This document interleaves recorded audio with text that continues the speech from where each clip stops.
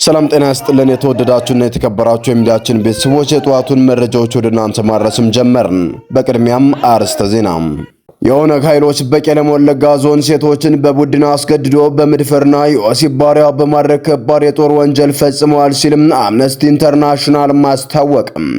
ተቋሙ አክሎም እነዚህ ታጣቂ ኃይሎች ከሕግ ውጭ የሆነ ግድያና ማሰቃየትን ጨምሮ ሌሎች ወንጀሎችን እየፈጸሙ መሆናቸውንም አረጋግጫለሁ ሲልም ገልጿል። ዝርዝሩንም ትሰሙታላችሁ። ህወሓት ከፌደራል መንግስቱ ጋር እየተደራደርኩ አይደለም አለም። ህወሓት ባወጣው መግለጫ ከፌደራል መንግስቱ ጋር ሚስጥራዊ ድርድር እያደረግን እንደሆነ በማስመሰል በማህበራዊና በሌሎች የመገናኛ ብዙሃን ሐሰተኛ መረጃዎችን የፌደራል መንግስቱ እያሰራጨም ይገኛል ሲል የወቀሰ ሲሆን አሁን ላይ ከፌደራል መንግስቱ ጋር ምንም አይነት ንግግር እያደረኩ እንዳልሆነም ገልጸዋል። የገበሬው ጦር አማራው የጦር ብላትን ከሽምቅ ሳይንሳዊ ጋር ያጣመረ ነው የተባለ ጥቃት በመፈጸም ከ17 በላይ የብልጽግናውን መከላከያ ሰራዊት አባላት መደምሰሱም ተነገረም። እስከ መጨረሻው ድረስ አብራችሁን ኮናችሁ እነኝና መሰል መረጃዎችን በዝርዝርም ታደምጡታላችሁ። እናንተም ድምጻችን ለዓለም እንዲሰማ ላይክ፣ ሼር እንዲሁም ሰብስክራይብ በማድረግ ቤተሰብ ይሁኑ እያልን ቀጥታ ወዳገኘናቸው መረጃዎች አለፍን። አብራችሁን ቆዩ። የኦነግ ሸኔ ኃይሎች በቄለም ወለጋ ዞን ሴቶችን በቡድን አስገድዶ በመድፈርና የወሲብ ባሪያ በማድረግ ከባድ የጦር ወንጀል ፈጽመዋል ሲልም አምነስቲ ኢንተርናሽናል አስታወቀም። ተቋሙ አክሎም እነዚህ ታጣቂ ኃይሎች ከሕግ ውጭ የሆነ ግድያና ማሰቃየትን ጨምሮ ሌሎች ወንጀሎችን እየፈጸሙ መሆናቸውን አረጋግጫለሁ ሲልም ገልጿል። ተቋሙ ወንጀሉ ተፈጸመባቸው ብሎ በጠቀሰባቸው አካባቢዎች በርካታ የአማራ ተወላጆች እንደሚኖሩም ይታወቃል። በአምነስቲ ኢንተርናሽናል የምስራቅና ደቡብ አፍሪካ ቀጠና መምሪያ በኦሮሚያ ክልል ቄለም ወለጋ ዞን ሳዩና አንፊሎ በተባሉ ወረዳዎች ከ2012 ዓ.ም ጀምሮ እስከ 2016 ዓ.ም ድረስ ባሉት ጊዜያቶች በኦነግ ታጣቂዎች ስለተፈጸሙ ግድያዎችና ያስገድዶ መድፈር ወንጀሎች በሚመለከት ጥንቅር ሪፖርትም አውጥቷል። ተቋሙ በሪፖርቱ በሁለት ወረዳዎች ላይ ኦነግ ታጣቂ ሴቶችን በቡድን እየደፈሩና የወሲብ ባሪያ እያደረጉ እንደሆነ በተጨማሪም ከሕግ ውጭ የሆነ ግድያና ማሰቃየትን ጨምሮ ሌሎች ወንጀሎችን እየፈጸሙ እንደሆነ ባደረገው ምርመራ ማጣራት መቻሉን ያስታወቀም ሲሆን የጭካኔ ድርጊት ከባድ የጦር ወንጀል ነው ሲልም ገልጾታል። አምነስቲ ኢንተርናሽናል በታጣቂዎቹ ደቦ መድፈርና ድርጊትና መሰል የወሲብ ነክ ወንጀሎችም እንዲሁም ሌሎች አሰቃቂ ግዳዮች የተፈጸሙባቸው ንጹሃኖች ከየትኛውም ብሔር ተወላጅ እንደሆኑ በውል ባይታወቅም ነገር ግን ድርጊቱ ተፈጸሙባቸዋል በተባሉ ወረዳዎች በርካታ የአማራ ተወላጆች እንደሚኖሩ ነው ሚዲያዎችን ባደረገው ማጣራት ለማረጋገጥም የቻለው። በቄለም ወለጋ ዞን አንፊሎና ሳዩ ወረዳዎችን ጨምሮ በዋገራን ወረዳ፣ በዳሊ ሰዲ ወረዳና በዳሊ ዋበራ እንዲሁም በጊዳሚ ወረዳ በርካታ የአማራ ተወላጆች የሚኖሩ ሲሆን እነዚህ ወገኖች በተለይ ከ2010 ዓ.ም ጀምሮ እስካሁን ድረስ የጅምላ ጭፍጨፋና ግድያ እንዲሁም የደቦ አስገድዶ መድፈርና ማፈናቀል እየተፈጸመባቸውም ይገኛል። የኦነግ ታጣቂዎች ከክልሉ መንግስት ጋር በመተባበር በእነዚህ ወረዳዎች ከሚፈጸሙት የአማራ ተወላጆች ላይ ያነጣጠረ የጅምላ ጭፍጨፋ፣ ማፈናቀልና ሀብት ንብረት ማውደም እንዲሁም በተጨማሪ በርካታ የአማራ ተወላጆች ልጃገረዶችን አግብተው በመውሰድ ለወሲብ ባሪያ እንዳደረጓቸውም ሚዲያችን የተጎጂ ቤተሰቦችን በማነጋገር ለማረጋገጥም ችሏል። ታጣቂዎቹ ከክልሉ መንግስት ጋር በመተባበር የአማራ ተወላጆች ላይ ያነጣጠረ መሰል ዘግናኝ ጥቃቶችን የሚፈጽሙት በቄለም ወለጋ ብቻ ሳይሆን በምስራቅ ወለጋ፣ በምዕራብ ወለጋ፣ በኦድሩ ጉሩ ወለጋ፣ በኢሉ አባቦራ ዞን፣ በጅማና በአካባቢው በሰሜንና በምስራቅ ሸዋ ዞኖችም እንዲሁም በሌሎች የክልሉ አካባቢዎች ላይም ነው።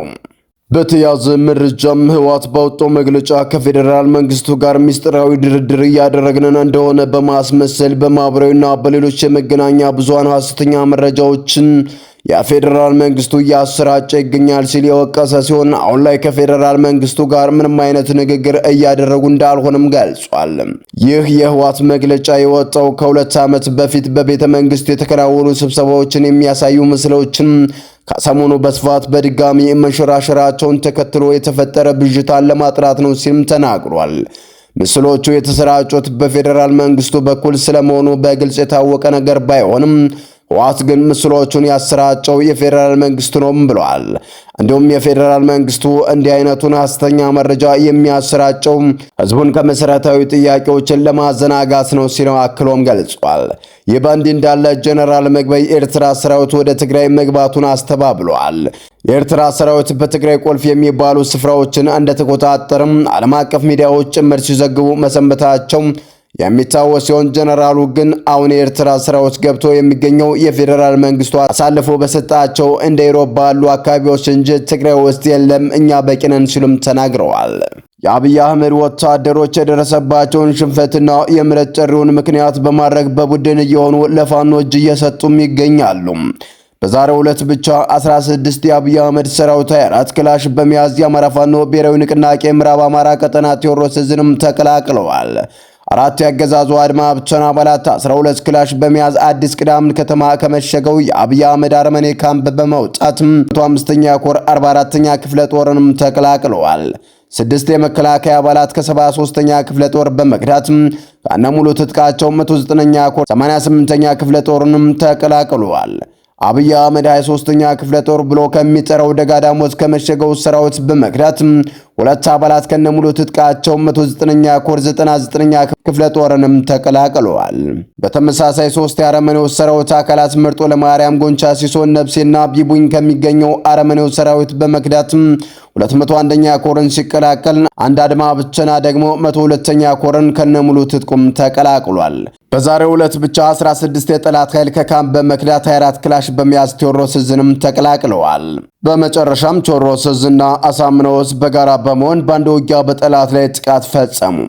በአማራ ፋኖ ብሔራዊ ንቅናቄ ዘመቻ መምሪያ ኃላፊ አርበኛ ባዩ አለባቸው የተመራው ውጊያ በሸበል በረንቻም ከሌሊቱ 10 ሰዓት ከ10 በሸበል አራንጪና ቁጥቋጥ አቅጣጫ መድፍ ዙ 23 እና ሞርተሮችን ጨምሮ ከፍተኛ ቁጥር ያለው ሰራዊት ይዞ በወገን ላይ ውጊያ የከፈተው ጠላት ሙሉ ለሙሉና ቁስለኛውን ሲሰበስብ ውሏል። በጠላት 6ኛ ዕዝ ምክትል አዛዥ ጀነራል ለጋሮ የተመራውና ሰፊ ዝግጅት የተደረገበት የጠላት ማጥቃት በነመይለም ጨናካይ በርካታ የመድፍ አራሮችን በመወርወር በሸበል አራንጪና ቁጥቋጥም ብዙ የመድፍና የሞርተር ቅንቡላዎችን በማስወንጨፍ ወገንን ይዞታ ለማስለቀቅ ያደረገው ጥረትም አልተሳካለትም። የአማራ ፋኖ ብሔራዊ ንቅናቄ አሳምነው ዕዝ አጼ ዘርዓ ያዕቆብ 1ኛ ኮርናዶ ክፍለ ጦር ቀኝ አዝማች ታገሱ ሻለቃና በፍቃዱ በላይ ክፍለ ጦር የአማራ ፋኖ ብሔራዊ ንቅናቄ ቴዎድሮስ ዕዝ 64ኛ ክፍለ ጦር በጋራ የፈጸሙት የመከላከልና የመልሶ ማጥቃት ውጊያ የአማራ ፋኖ ብሔራዊ ንቅናቄ ዘመቻ መምሪያ ኃላፊ አርበኛ ባዩ አለባቸው በግንባር የመራው ሲሆን በጠላት በኩል 28 እግረኛ ሰራዊት ሲደመሰስ 13ቱ ደግሞ ከባድ ቁስለኛም ሆነዋል። ከሌሊቱ 10 ሰዓት ከ10 እስከ ምሽቱ 12 ሰዓት ተኩል ድረስ በወሰደው አውደ ውጊያም ጠላት በሞርተር በመድፍና በዙ 23 ባደረገው ደመነፍሳዊ ከፍተኛ ድብደባም የአርሶ አደር መኖሪያ ቤቶችና የቤት እንስሳት ላይ ከፍተኛ ጉዳት ከማድረሱ በስተቀር በወገን ኃይል ላይ አንዳችን ጉዳት አላደረሰም። በመጨረሻም ጠላት በሰው ኃይልና በሜካናይዝድ ርብርብ ጨለማን ተገን በማድረግ አስከሬኑን ለቅሞ ወደ ብቸና ከተማም ተመልሷል። ሰላም ጤና ይስጥልን። የተወደዳችሁና የተከበራችሁ የሚዲያችን ቤተሰቦች ለሰዓቱ የነበሩን መረጃዎች እነዚህን ይመስሉ ነበር። በሌላ በተጠናከረ መረጃዎች እስከምንገናኝ በያላችሁበት ሰላም ቆዩልን።